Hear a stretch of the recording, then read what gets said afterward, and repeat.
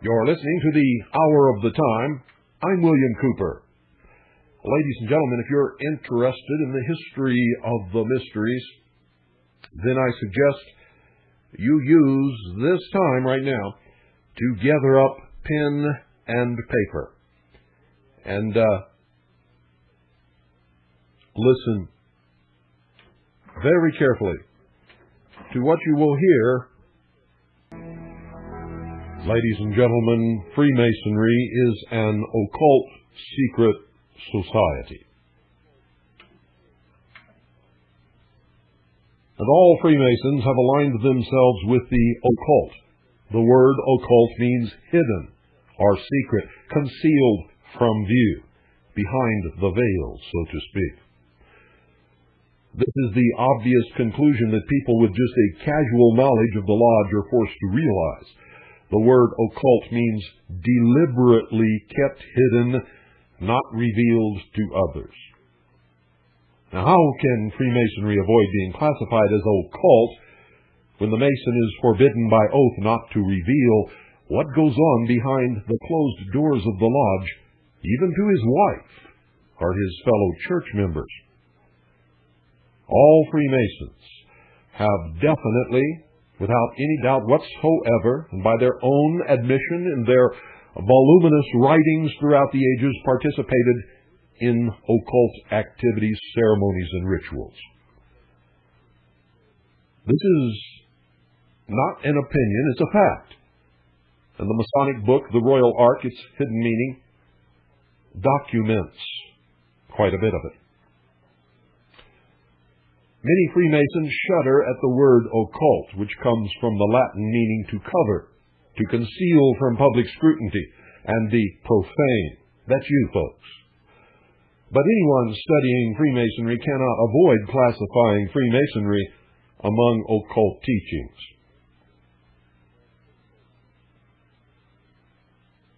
Tonight, we're going to take a look at some of the powerful people and organizations that have played a part in the modern occult revival. And I'm sure you will agree that we're going to find, as we study their teachings, that they all have one common denominator: Freemasonry. Anton LaVey, the high priest of the Church of Satan, with its headquarters in San Francisco, states that Masonic orders have contained the most influential men in many governments, and virtually every occult order has many Masonic roots. Freemasonry is not just an occult secret society. Freemasonry has served for over 200 years as a fertile recruiting ground for other occult orders. You see, men who have come together to practice Masonry have many times down through the years formed other organizations to plunge even deeper into the occult, the hidden mysteries, if you will. According to our research, the first group that actually used the Masonic Lodge for their evil designs was the infamous Bavarian Illuminati. This secret society was officially formed, that is, in the public eye, by Adam Weishaupt, professor of canon law at Ingolstadt University, on May the 1st, 1776. That's a very famous date throughout history. It is celebrated as the founding day of communism, of the Socialist Internationale. May Day, as they call it, May 1st, was the day that they had huge parades celebrating the birth of communism in Red Square in Moscow during the height of the Soviet Union. As the plans of the Illuminati began to leak out, ladies and gentlemen, brave men took a stand and raised their voices in protest. One such man was John Robinson, a professor of natural philosophy at Edinburgh University and General Secretary of the Royal Society of Edinburgh. In his book, Proofs of a Conspiracy, which you can still obtain, which was originally published in 1798. That's right, folks, 1798. Robinson thoroughly documented how Freemasonry served as the nursery school for the Illuminati. It was then discovered that this group and several associated lodges were the preparation school for another order of Freemasons who called themselves the Illuminated, and that the express aim of this order was to abolish, completely destroy, all independent and sovereign nations, to destroy Christianity, overturn all civil government, and establish themselves upon the throne of the world. The leaders of the so-called New Age movement, which is not new at all, it's just a repetition of a movement that has emerged and then gone underground when it was suppressed throughout history.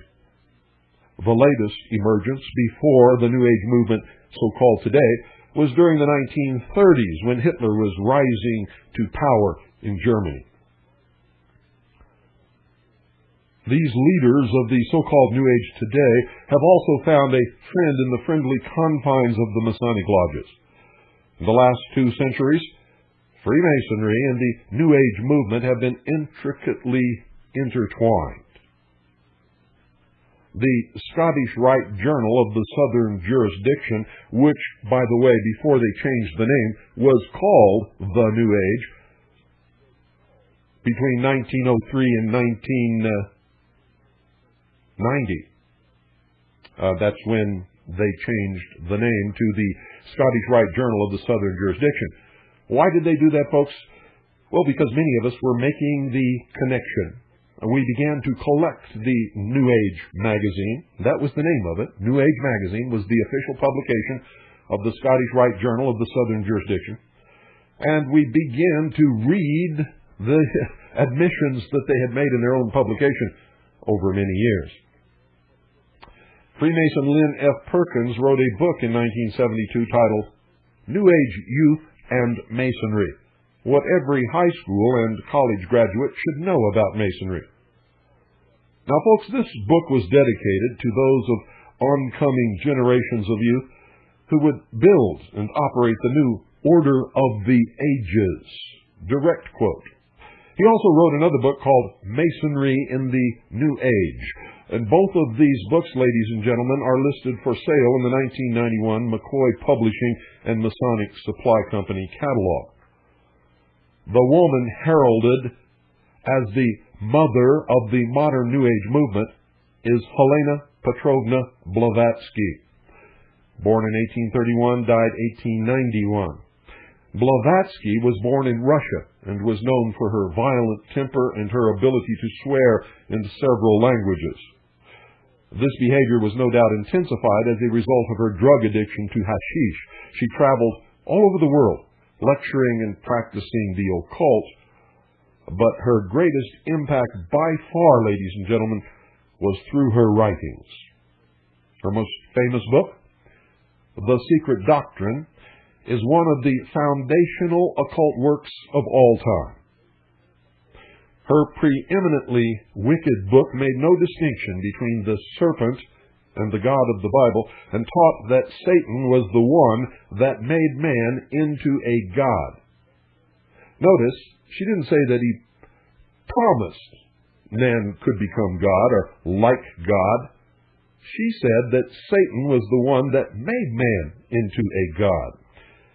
Quote, once that the key to Genesis is in our hands, the scientific and symbolical Kabbalah unveils the secret. The great serpent of the Garden of Eden and the Lord God are identical, end quote.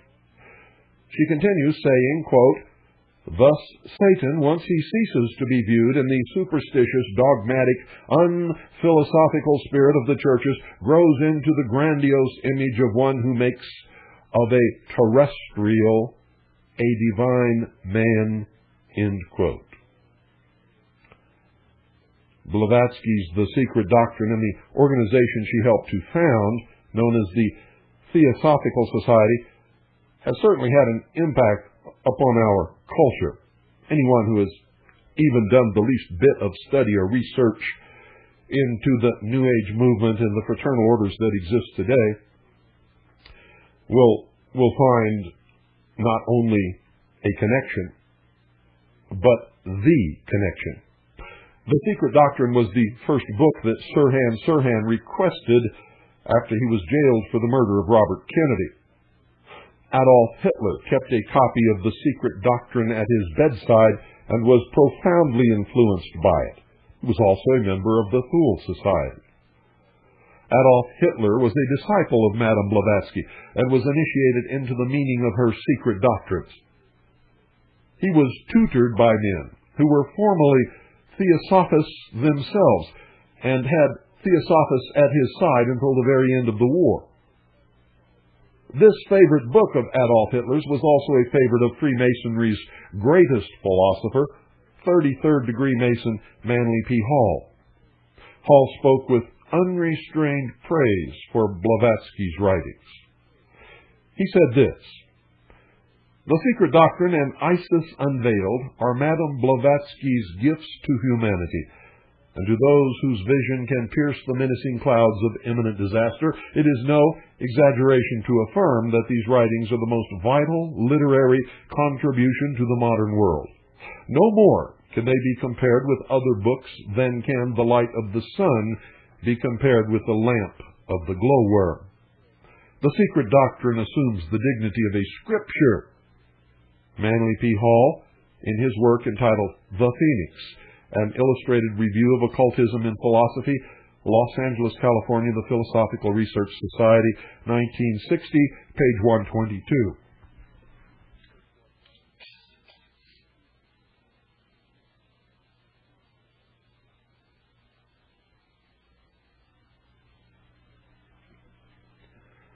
Blavatsky's organization, the Theosophical Society, was founded, folks, in 1875. Freemason Henry Steele Olcott was the president, with Freemason George H. Felt as vice president, and high-ranking American Freemason Charles Sothern as a member. Also among the early members was the most powerful American Freemason of all time, Albert Pike, the Grand Commander of the Scottish Rite. Madame Blavatsky was such a favorite of Freemasons that she was issued a Masonic certificate in the ancient and primitive rite of Masonry in 1877 and became herself a Freemason, an honor rarely bestowed upon a woman. In 1907, Annie Besant became the head of the Theosophical Society. Besant continued Blavatsky's love for Masonry by becoming a leader and earning the 33rd degree in a new organization called Co-Masonry, an order with rites that admitted women as well as men. On 19 February 1922, an alliance between Mrs. Besant's Co-Masonry and the Grand Orient of France was celebrated at the Grand Temple of the Droit Humain in Paris. Now, during the time that Annie Besant was head of the Theosophical Society, she labored to promote a young man from India, Jiddu Krishnamurti, as the Messiah. Her right-hand man in this endeavor was 33rd degree Freemason C.W. Leadbeater. This Freemason had a passionate desire for the deeper workings of the occult. Some sources claim Leadbeater was a pedophile homosexual. When the dark side of Freemasonry begins to be revealed and discussed, the question invariably arises: does participation in Masonic rituals lead to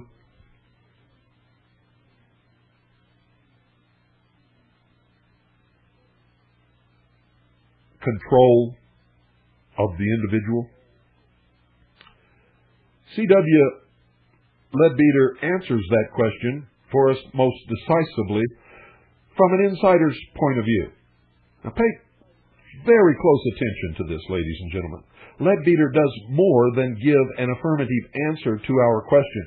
He proceeds to describe the demon spirits he received in the various degrees of Freemasonry, at least what some people would call demon spirits. And here's what he says, quote, "The 30th degree brings its angel also, of appropriate character, a great blue diva of the first ray, who lends his strength to the night, KH, somewhat as the crimson angel assists the ex and perfect brother of the rose cross. The 33rd degree gives two such splendid fellow workers, spirits of gigantic size as compared to humanity, and radiantly white in color." C.W. Leadbeater, The Hidden Life in Freemasonry. Notice it's titled The Hidden Life in Freemasonry, and he was a 33rd degree Grand Inspector General. The 33rd degree links, and this is his own words here, I'm still quoting him, the 33rd degree links the sovereign Grand Inspector General with the spiritual king of the world himself, that mightiest of adepts who stands at the head of the great white lodge, in whose strong hands lie the destinies of earth. Yet when one of these bright spirits is attached to us by a Masonic ceremony, we must not think of him either as a director or as an attendant, but simply as a co-worker and a brother. You see, I know that many of you thought that I had lost my mind when I said that he proceeds to describe the demon spirits he received in the various degrees of Freemasonry, but that is exactly what he has done. Exactly. And he described it in The Hidden Life in Freemasonry by C.W. Leadbeater, I should say. It was published by the Theosophical Publishing House in 1928. You can find these quotes on page 336, 326, 334.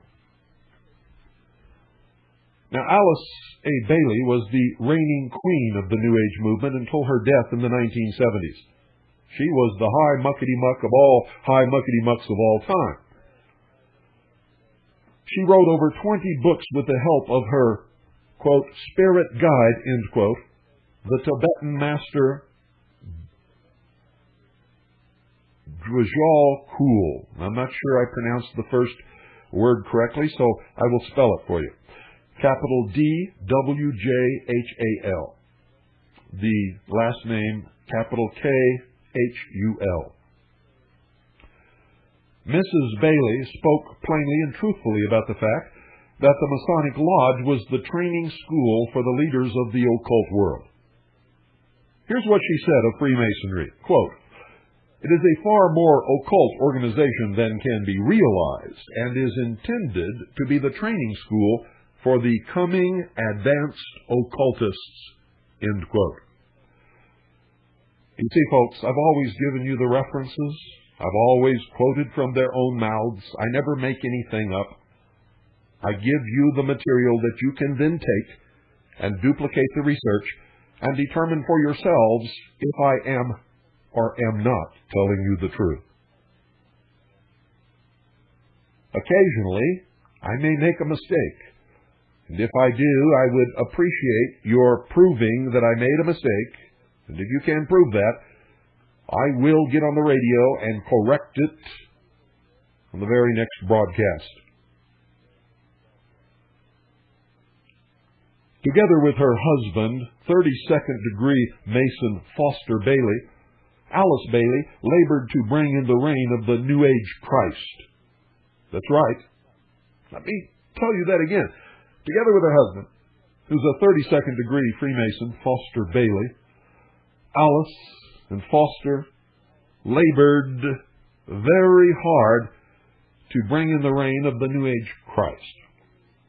Foster states that, quote, "The most important reorientation in the hierarchy is the united focus on preparation for the reappearance of the Christ among men," end quote.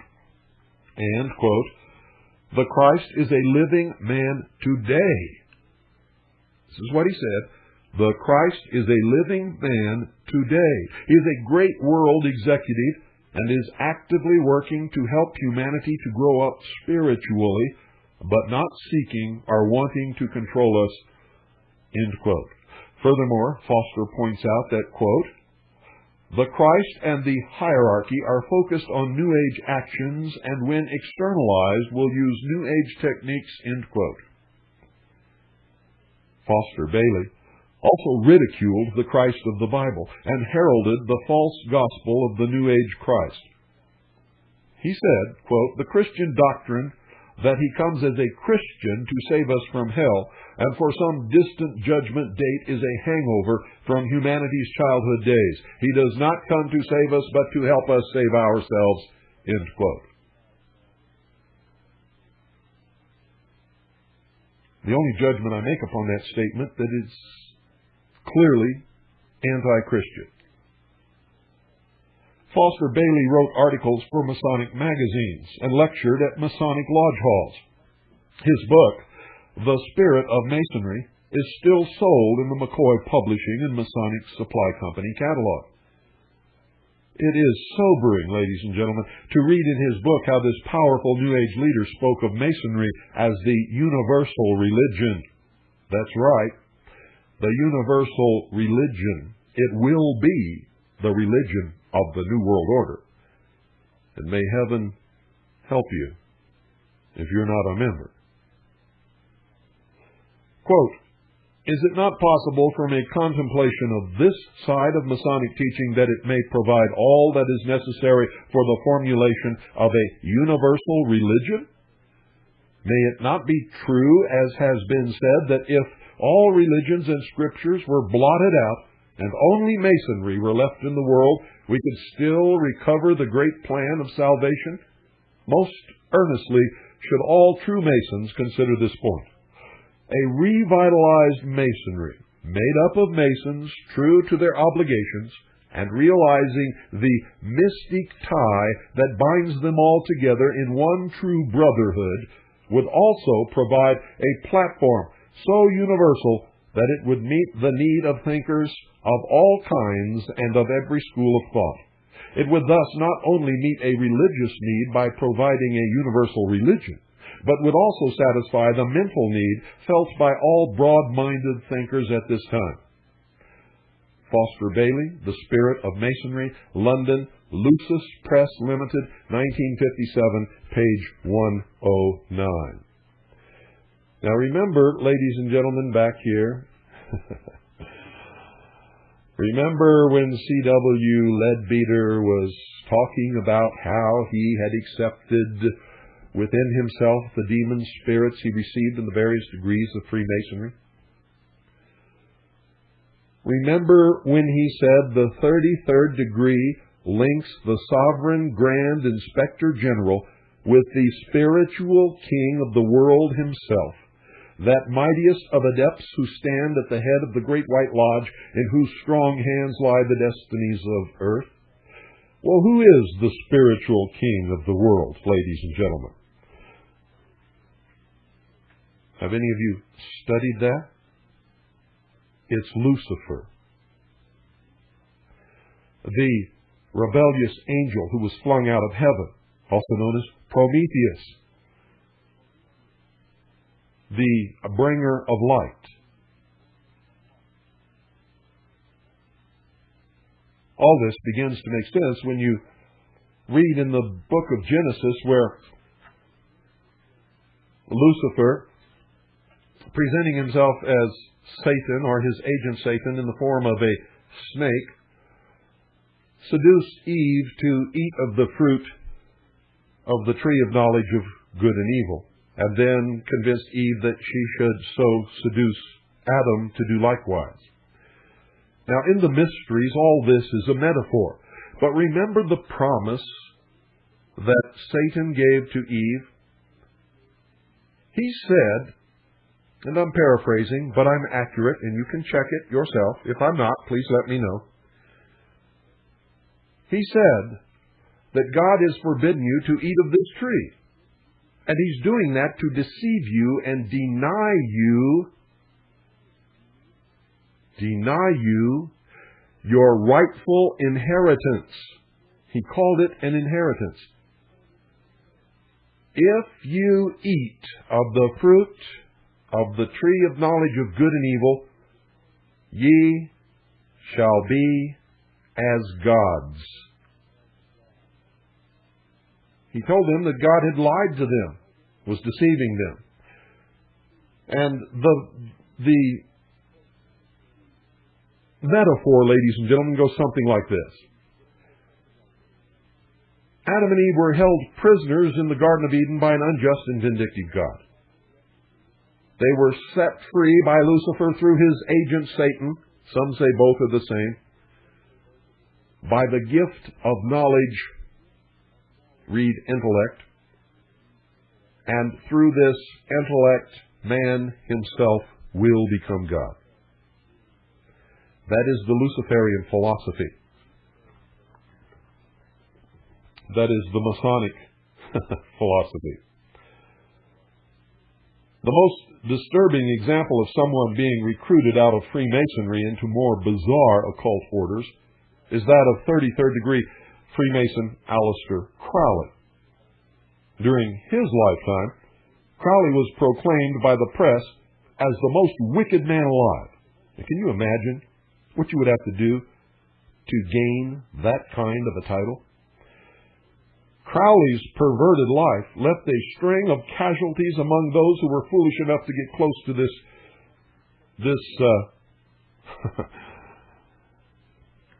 bad man, evil man, if you will. Crowley's first wife, Rose, entered an insane asylum in 1911. His second wife, Maria, entered an insane asylum in 1931. 2 years after her marriage to Crowley. In a locked room with only Crowley and his son present, Crowley performed a ritual in which his son died. On a London street in 1934, a 19-year-old girl rushed up to him and declared that she wanted to have his baby. Crowley took her to bed, and she too entered an insane asylum. Now, just a very brief autobiographic sketch of Crowley's life is like an evening swim in a sewer, ladies and gentlemen. He called himself the Beast 666, and Lila Waddell, his mistress, displayed the mark of the beast that was tattooed between her breasts. That's right, the number 666. If there ever was a man that was more wicked than Crowley, it would be hard to imagine, although I think I could come up with some names, but I'll refrain from that tonight. Crowley also was an admitted homosexual.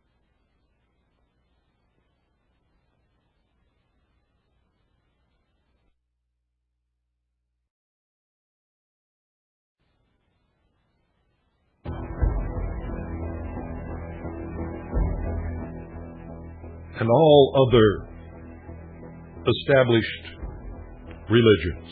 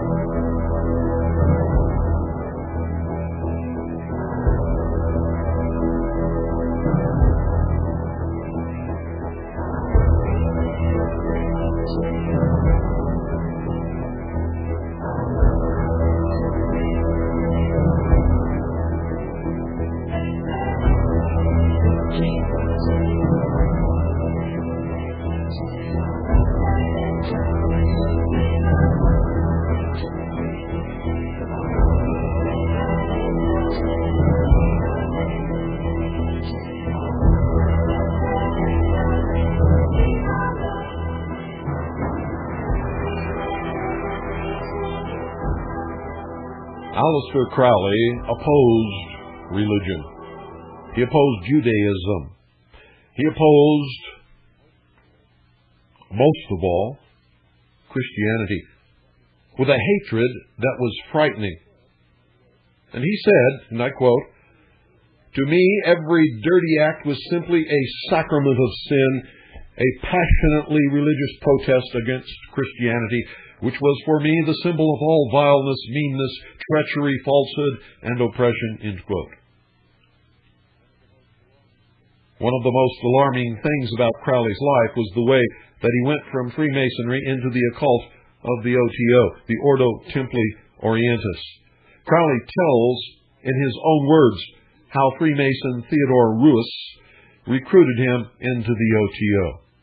Quote, "Although I was admitted to the 33rd and last degree of Freemasonry so long ago as 1900, it was not until the summer of 1912 that my suspicion was confirmed.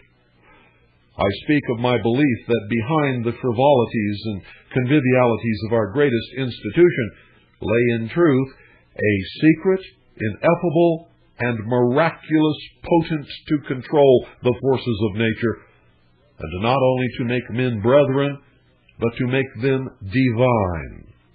But at the time I speak of a man, Theodore Reuss, came to me, a man of those mysterious masters of esoteric Freemasonry, who are alike its eyes and its brains, and who exist in its midst unknown, often even to its acknowledged chiefs. This man had been watching my occult career for some years, and deemed me now worthy to partake in the greater mysteries." Kenneth Grant, Aleister Crowley and the Hidden God, New York, New York, Samuel Weiser, 1974, page 174. Now, ladies and gentlemen, this certainly shows that members of other occult orders can work within Freemasonry, and do. Even though they are admitted to the public only 33 degrees.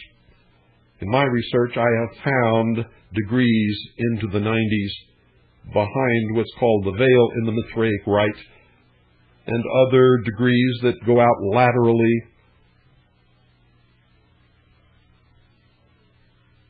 in other rites of the lodge. There are degrees within the Templar degree.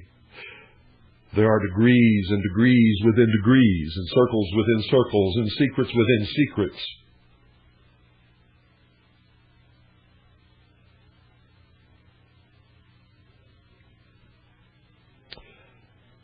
The OTO was founded in 1895 by the Austrian Freemason Karl Kellner. Freemason Theodore Reuss became its leader after Kellner's death.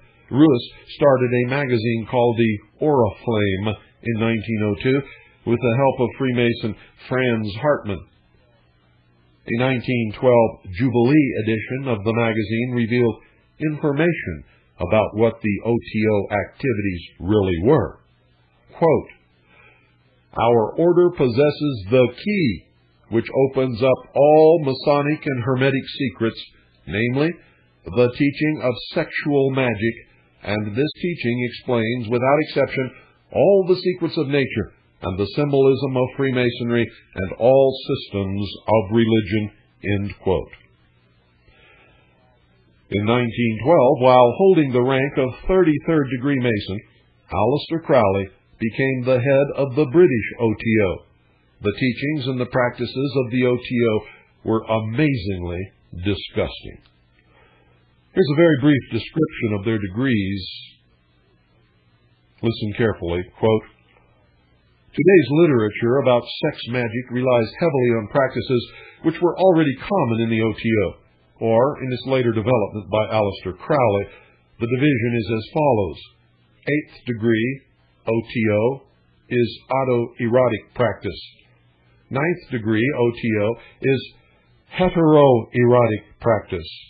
The 11th degree OTO is homoerotic practice. This is the traditional sex magic practice as performed under Crowley. Frater Secrets of the German Sex Magicians, St. Paul, Minnesota, Llewellyn Publications, 1991, page 138. Also, 33rd degree Aleister Crowley proudly called his cult of the OTO true Freemasonry. He said, "I claim for my system that it satisfies all possible requirements of true Freemasonry. It offers a rational basis for universal brotherhood and for universal religion," end quote. Now, how close is this connection between Freemasonry and the OTO? Well, this is a Masonic historian, Francis King, reveals a closer connection than most Freemasons would ever dare to admit, and I am sure that they are cringing right now, knowing that I am going to reveal it.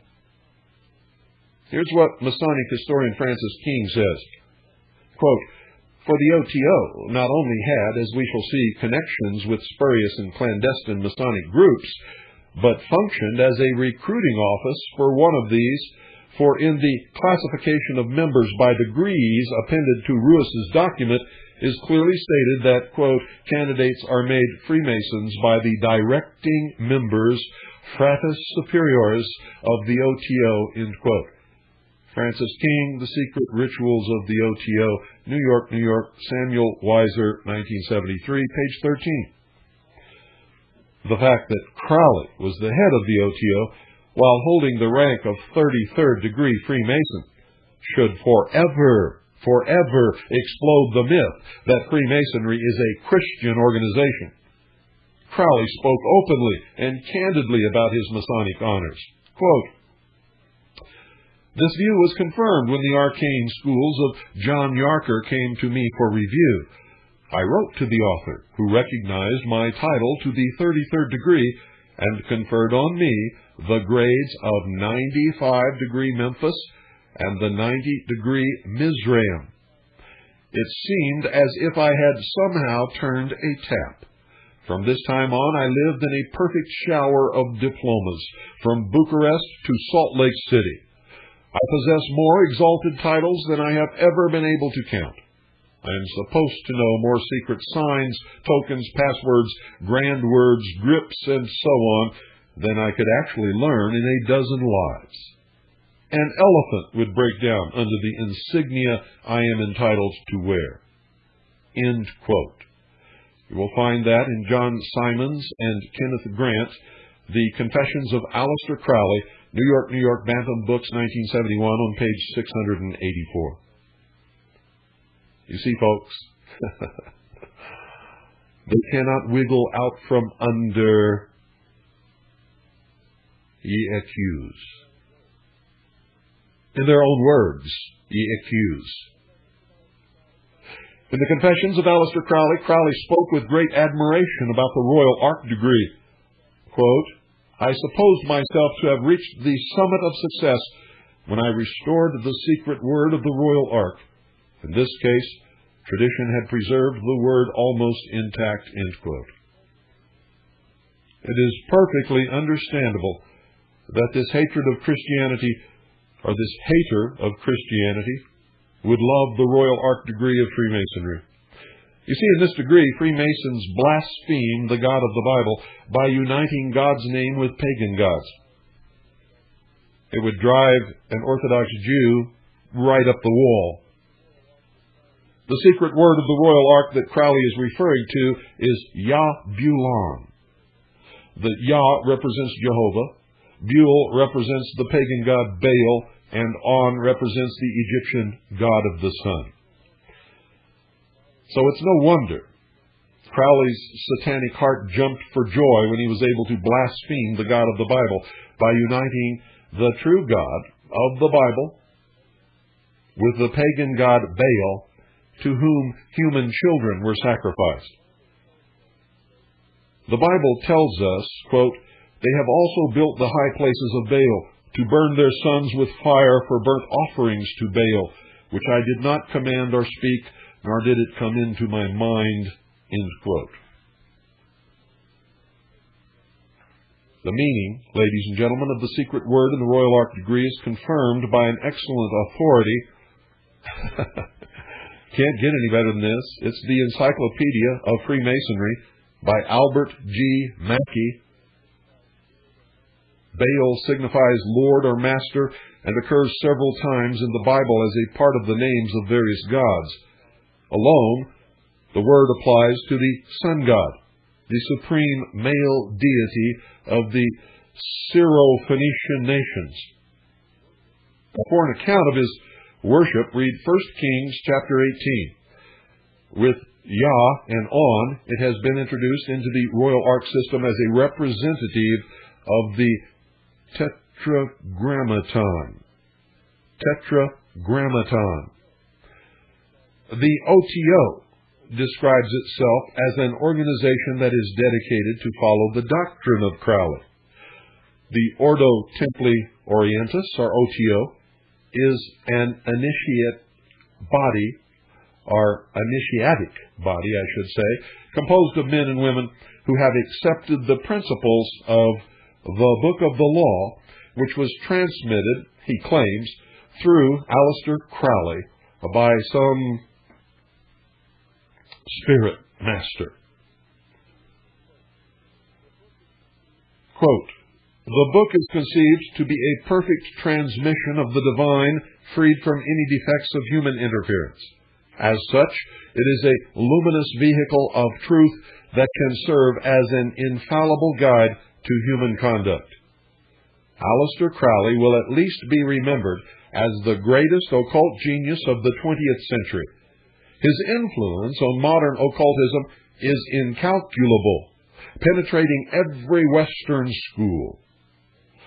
Hymenius, editor, Aleister Crowley, the Master Therion, the Equinox Publishing Company, 1990, Volume 3, number 10:87. Any organization, ladies and gentlemen, that follows the teachings of Crowley must be taken very seriously. Listen to me.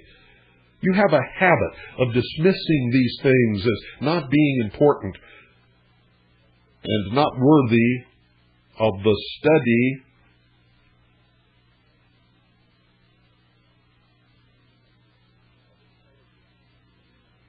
of intelligent, reasonable men and women. You're wrong. The following quotes are from the Book of the Law that the OTO endorsed as a perfect transmission of the divine and luminous vehicle of truth that can serve as an infallible guide to human conduct. Quote, "Worship with me with fire and blood. Worship me with swords and with spears. Let the women be girt with a sword before me. Let blood flow to my name. Trample down the heathen. Be upon them, O warrior. I will give you Petrovanau of their flesh to eat. Sacrifice cattle, little and big, after a child. The best blood is of the moon monthly. Then the fresh blood of a child are dropping from the host of heaven, then of enemies, then of priests, or of the worshippers. Last of some beast, no matter what. With my hawk's head I peck at the eyes of Jesus as he hangs upon the cross. There is no law beyond, do what thou wilt." The Equinox, Volume 3, number 10:39, pages 40, 42, and 43. The following quotes from Crowley's Magic in Theory and Practice will further prove what should be our concern. Quote, "For the highest spiritual working, one must accordingly choose that victim which contains the greatest and purest force. A male child of perfect innocence and high intelligence is the most satisfactory and suitable victim. But the bloody sacrifice, though more dangerous, is more efficacious, and for nearly all purposes, human sacrifice is the best. In the sacrifice during invocation, however, it may be said without fear of contradiction that the death of the victim should coincide with the supreme invocation."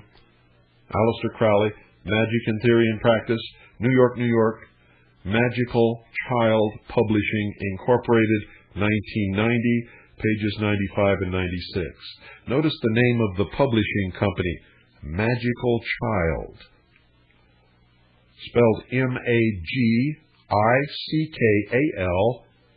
and C-H-I-L-D-E. Now, as we continue to look at Freemasonry and the occult, we need to look at another secret order that has networked with Freemasonry for many years, the Rosicrucian Society, or the ancient order of Rosicruci. Much could be written about the various Rosicrucian orders and their relationship to the Lodge, but for the purpose of our examination tonight, we're just going to mention only one, the Rosicruciana in Anglia. One had to be at least a Master Mason just to belong to this organization. And it is of particular interest because the members of this secret order gave birth to yet another secret society called, and you've heard about this secret society from me on many previous broadcasts, the Golden Dawn. In some respects, Westcott's Hermetic Order of the Golden Dawn was a byproduct of his connection with a Masonic Rosicrucian fraternity called the Rosicrucian Society of England, also known as the Societas Rosicruciana in Anglia, or more familiarly as the Society of the Rose, R, capital S-O-C, period, capital R-O-S, period, and if you see that after anyone's signature, they are a member. Membership was and is confined to Master Masons. It was not a Masonic lodge, but an esoteric society made up solely and strictly of Freemasons who were interested in occultism, the Kabbalah in particular, and Masonic symbolism. All three of the original founders of the Golden Dawn were Freemasons: Dr. William Wynne Westcott, Dr. William Woodman, and S.L. McGregor Mathers.